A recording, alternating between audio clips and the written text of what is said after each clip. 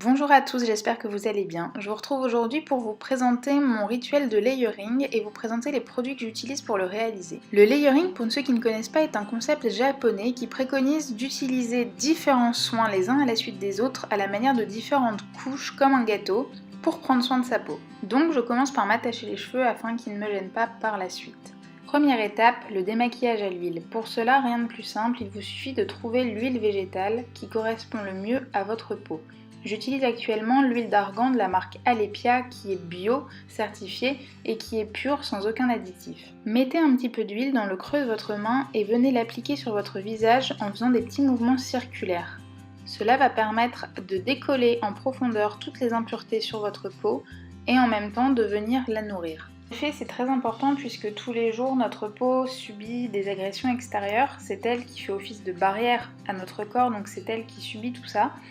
Comme le chaud l'été ou le froid l'hiver, le vent, mais les UV aussi, et surtout toutes les particules de pollution que l'on trouve dans l'air ambiant, qui ont tendance à venir se coller sur la peau au fil de la journée. Tout ça, ça favorise l'oxydation, et l'oxydation de la peau c'est quoi ? C'est tout simplement le vieillissement prématuré. C'est pourquoi, même si vous n'avez pas l'habitude de vous maquiller, je vous conseille vraiment de ne pas sauter cette étape qui est très importante pour décoller toutes les petites particules sur la peau.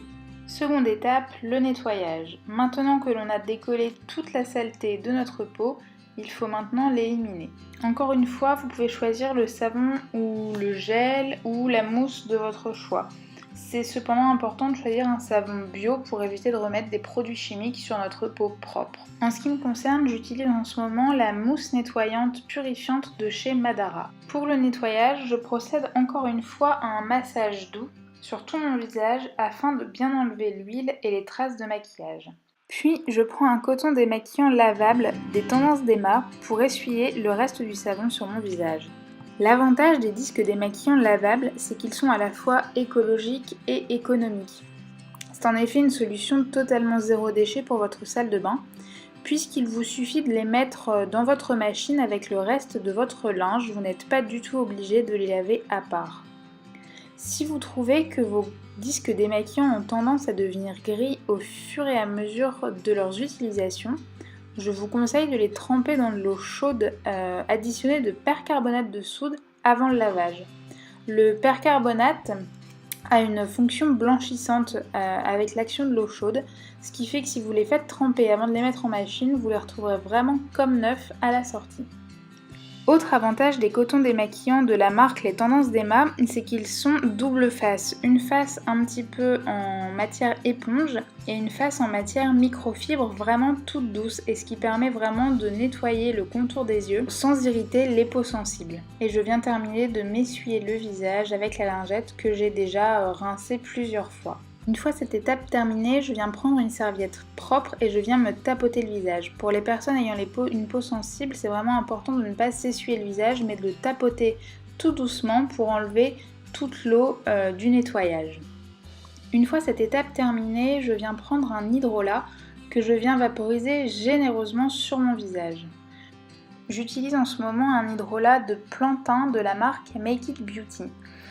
C'est un hydrolat qui a des vertus purifiantes et qui est vraiment très recommandé pour les peaux à problème. L'hydrolat à cette étape du layering a pour but de resserrer les pores, un peu comme un tonique, mais aussi de dissoudre le calcaire présent dans l'eau qu'on a utilisé pour se rincer le visage et qui pourrait créer des petites irritations ou des rougeurs chez les peaux sensibles. Ma peau est maintenant parfaitement prête pour passer à l'étape de l'hydratation.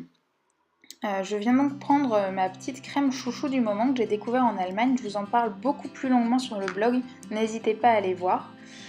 C'est une crème de la marque Nonic, qui est une marque végane et qui est labellisée Natro. Donc c'est l'un des labels les plus exigeants, donc il n'y a vraiment aucun problème en ce qui concerne la composition.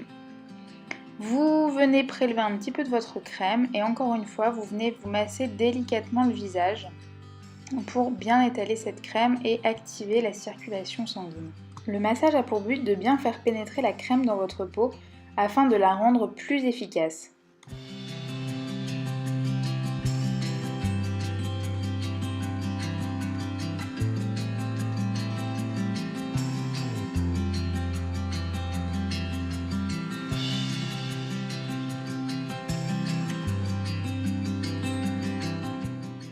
Enfin, dernière étape du layering à ne pas négliger, le baume à lèvres.